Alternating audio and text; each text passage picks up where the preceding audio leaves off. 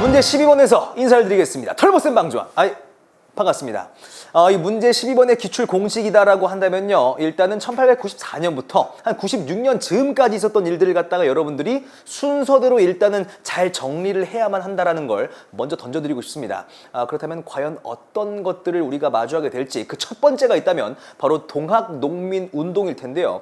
그 싸움에 있었던 과정들 그리고 중간중간에 나오는 키워드들 잘 좀 기억해달라는 먼저 부탁드리겠고, 두 번째로는요. 이 동학농민운동 와중에 있었던 그리고 또 그 이후에 있었던 갑오개혁과 을미개혁 당시에 어떤 내용들이 그 개혁에 자리 잡고 있었는지 중요한 내용들을 하나하나 살펴볼 것을 미리 또 약속을 하면서 첫 번째 동학농민운동 정리하겠습니다. 말씀드린 것처럼 동학농민운동 한번 살펴보려고 하는데요. 딱 보는 순간 뭔가 길지 않습니까? 죄송스러운 얘기지만 이런 것들을 좀 순서대로 파악해달라는 그런 말씀을 드리면서 이 농민운동이라는 표현은 알겠는데 이런 젠장 동학은 또 뭐야? 우리가 분명히 문제 10번에서 한번 들은 적이 있어야 정상입니다. 이 동학이라고 한다면 이 서양의 학문, 즉 천주교가 들어온 거에 대해서 니네만 그런 멋있는 거 있니? 우리도 있다 라는 의미에서 최재우라는 인물이 만든 그런 학문이다라고 한번 제가 말씀을 드린 적이 있습니다. 그런데 이 동학에서 가르치는 그런 사상 중에 두 가지가 인내천과 후천개벽이었었죠. 사람이 곧 하늘이다. 이거에 대해서 우리 양반을 비롯한 이 대왕님 등등등 여러 사람들이 아니 이런 옌장할 나 왕이고 나 양반인데 어디 거지 같은 것들이랑 내가 똑같다고? 라면서 이 동학을 핍박하기 시작을 하죠. 심지어 이 동학을 만든 최재호를 갖다가 혹세무민 아무것도 모르는 백성들 갖다 장난친다라는 그런 죄목으로 쓱싹 아작을 내버리기도 했습니다. 좌우지간에 이런 일들이 벌어진 이후에 나름대로 우리 교조님, 최재우님 잘못 없습니다라는 식의 신원운동이 벌어지기도 하는데요. 그 직후의 상황부터 좀 여러분들이 잘 봐두시면 될 것 같습니다. 여기까지만 말씀을 싹 드리고요. 지도를 잠깐만 좀 아래로 내려보도록 하겠습니다. 전라북도 고부라는 동네인데 이곳에 고부군수 조병갑이라는 사람이 그 모든 일의 근원이었습니다. 이 양반이 그 백성들의 어버이 같은 역할을 했느냐? 그게 아니라 거의 삥뜯기의 대명사입니다. 특히 만석보라는 저수지를 쓱 지어다 놓고는 그거에 대해서 이용료를 내라 이런 식으로 거의 계속해서 삥 뜯는 거예요. 이러한 만행을 지켜만 볼 수 없었던 그 이름도 유명한 전봉준이 자기와 뜻을 함께하는 사람들을 싹 다 불러 모아서 사발통문 한번 쓱쓱쓱 돌리고 그러고 나서 이 고부 관할을 습격합니다. 정말 안타깝게도 이 조병갑이는요 역시 또 잘 도망을 쳐갔습니다만 그 이후에 과연 대체 무슨 일인가에 대한 진상을 조사하기 위해서 이 정부에서 사람을 하나 보냅니다. 근데 이 보내져 온 이 관리가 조병갑보다도 더한 그런 횡포를 보이자 안 되겠다. 이 전봉준이 다시 한번 동료들을 불러 모아서 반봉건적인 성격을 아주 잘 띠고 있는 1차 봉기가 벌어지게 된 것이죠. 여기에서 농민군은 그야말로 승승장구합니다. 대표적으로 황토현 전투와 이 황룡촌 전투에서 관군을 갖다가 모조리 쓸어버리고 그 여세를 몰아서 전라북도의 중심지라고 할 수 있는 전주성까지도 점령을 했던 것이죠. 이 소식을 딱 들으니까 조선 정부에서는 그야말로 깜짝 놀랍니다. 전주성까지 먹혔으니까 쭉쭉 올라오겠네. 안 되겠다. 이들을 막아내기 위해서 누가 필요할까? 분명히 예전에 이모곤란 때도 그랬고 갑신정변 때도 그랬고 우리를 도와줬던 청나라 군대에게 원군을 요청해볼까? 그렇습니다. 이 전주성을 먹히고 나니까 조선 정부가 청나라에게 구원을 요청했던 거예요. 청나라 군대가 쓱쓱 기어 들어옵니다. 근데 우리가 지난번 갑신정변 파트에서 한번 배웠던 적이 있었죠. 갑신정변 이후에 텐진 조약을 통해서 청나라와 일본 두 나라 모두 잠깐 한반도에서 군대를 빼자. 그러나 무슨 일이 터졌을 때 한 나라가 들어오면 자연스럽게 다른 나라도 같이 기어 들어온다. 이 내용이었죠. 청나라가 들어오니까 자연스럽게 일본도 역시 마찬가지로 들어왔던 겁니다. 이 모습을 보고 우리 농민군은 야 이거 한반도 땅에서 청나라 놈들 일본 놈들 다 기어 들어왔구나. 안 되겠다. 우리 그냥 정부와 화해를 약속하자. 바로 그 화해를 약속했던 곳 전주 화약. 요거 좀 잘 기억해 주시기 바랍니다. 이렇게 전주 화약을 체결하게 되는데요. 패정개혁안 12개조를 앞세워서 이 전라도 일대는 우리가 자체적으로 이끌어 나가겠다. 집강소를 설치하겠다라는 식으로 약속을 합니다. 그뿐만이 아니라 이 정부에서도요. 나름대로 쿵짝을 맞춰주죠. 교정청을 설치해서 개혁을 이끌어 나가겠다라고 약속을 합니다. 이렇게 약속을 다 해놓고 끝났는데 우리의 또 일본 기대를 저버리지 않습니다.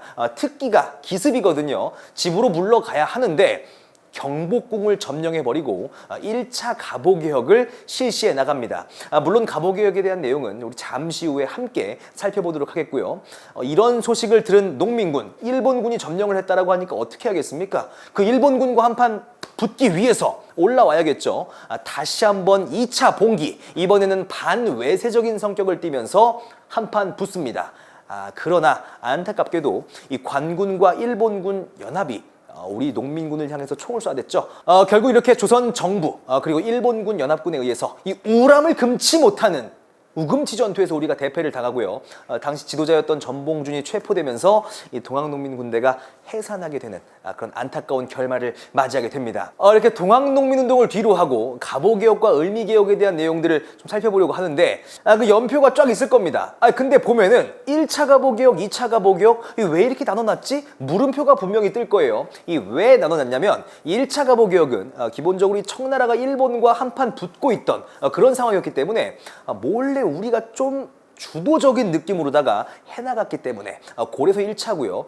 그리고 나서 2차 가보개혁은 청나라와 일본 간의 싸움에서 일본이 사실상 승기를 잡은 그런 상황입니다. 그래서 일본의 입김이 어마어마하게 많이 들어갔던 그런 상황이었다라고 딱딱 나눠놓은 거니까 그거 하나만 좀 말씀을 드리겠고, 이 가장 먼저 1차 가보개혁, 즉 우리의 입김이 조금 더 많이 들어간 그런 내용이라고 보시면 되겠습니다. 일단은 개혁을 해나가야 하니까 기구가 필요하지 않겠습니까? 그래서 이 군국기무처라는 기구를 통해서 여러 가지 일들을 해나갔는데요. 가장 먼저 그 전까지만 해도 왕실의 업무와 이 정부의 업무, 그 모든 것들이 다 한 군데에서 이루어졌습니다. 그런 것들을 분리하기 위해서 국내부를 설치했고, 과거부터 있었던 말 그대로 과거제도가 이때 사라져버립니다. 그리고 여러분들 잘 알고 있는 그 신분제가 이때 법적으로 폐지되었다. 그 내용도 1차 가보개혁의 정말 중요한 내용이니까 확실하게 기억을 해주시고, 이거 외에도 과부의 재가 허용, 조혼 금지, 이 모든 내용들이 1차 가보개에 해당된다라고 다시 한번 말씀을 드리겠습니다. 참고로 과부의 재가 허용, 이 구절 자체가 수능에서 정답으로 나온 적이 있기 때문에 잘 좀 기억해달라는 당부의 말씀을 드리면서 우리 쭉쭉 오른쪽으로 가볼까요? 제2차 가보개혁입니다.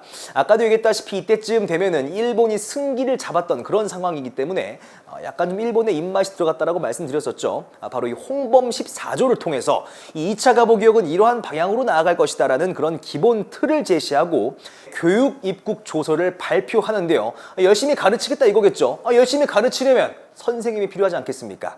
그래서 한성 사범학교 역시 이때 쓱 만들어졌다라는 거, 그거 하나 알아두시면 되겠네요. 이렇게 2차 가보개혁을 뒤로 하고요. 우리 잠시 그 전쟁터로 한번 시선을 옮겨보겠습니다. 청일전쟁. 이 전쟁에선 일본이 청나라를 상대로 승리를 거뒀던 것이죠. 그 이후에 일본은 청나라로부터 랴오둥반도를 가져가려고 이렇게 손을 쭉 뻗습니다.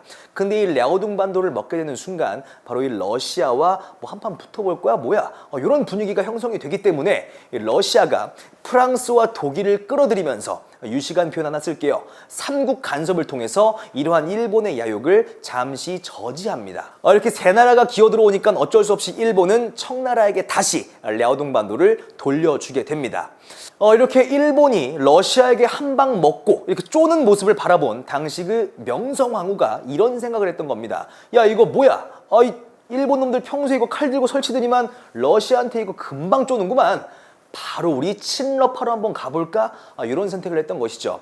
이 모습을 바라보던 또 일본 명성황후가 상당히 안 좋게 보였나 봅니다. 을미사변을 통해서 명성황후를 시해하는 그런 사건을 또 벌였던 것이죠. 이 이후에는 다시 또 친러파로 기울었던 우리 조선이 친일로 또 돌아서면서 을미개혁이 벌어지게 된 겁니다.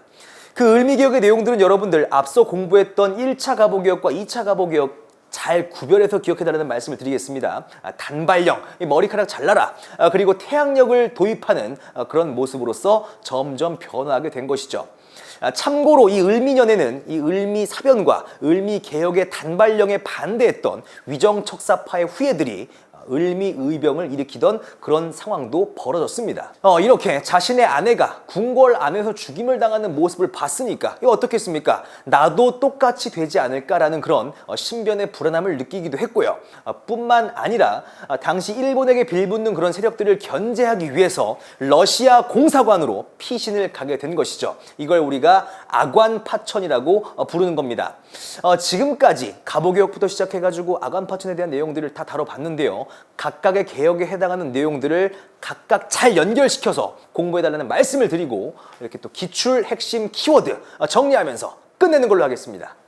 가장 먼저 동학농민운동, 그 가운데서도 1차 봉기, 참 반봉건적 성격이라고 말씀드렸었죠. 황토현 전투와 황룡촌 전투 쓱쓱 기억하시고, 두 번째로 2차 봉기, 일본과 한판 붙었었죠. 하지만 애석하게도 패배를 당합니다. 반외세적인 성격이 강했던 우금치 전투. 그리고 우리가 개혁들을 무려 3가지를 알아봤습니다. 가장 먼저 1차 갑오개혁에서는 과거제가 없어져 버리고, 또 하나 신문제도 없어져 버리고, 그리고 제가 시험 문제 구절로 나왔다고 말씀드렸었죠. 과부의 제가 허용. 그리고 2차 갑오개혁이었습니다. 홍범 14조를 통해서 방향을 잡았고 교육 입국 조서를 발표했다. 이 내용까지. 그리고 마지막 을미개혁에서는 머리카락 잘라라, 단발령과 태양력을 실시했다는 내용을 끝으로 하면서 우리 문제 실번 이렇게 마무리 짓겠습니다. 털보쌤 방지원 갑니다.